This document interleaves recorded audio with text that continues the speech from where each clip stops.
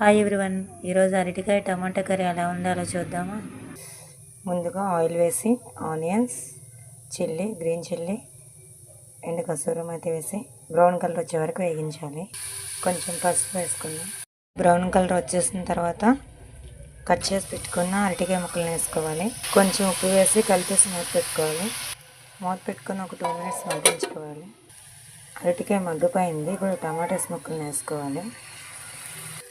టమాటా కూడా మగ్గిపోయింది కదా. ఇప్పుడు ఉప్పు కారం వేసుకోవాలి. ఉప్పు కారం వేసి ఒకసారి కలిపేసుకోవాలి. ఇలా ఫ్రైలా బాగుంటుంది.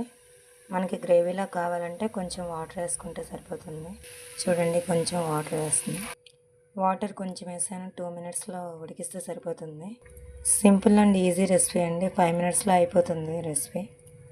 చాలా బాగుంటుంది రైస్ అండ్ చపాతీలోకి. కర్రీ అనేది రెడీ అయిపోయింది.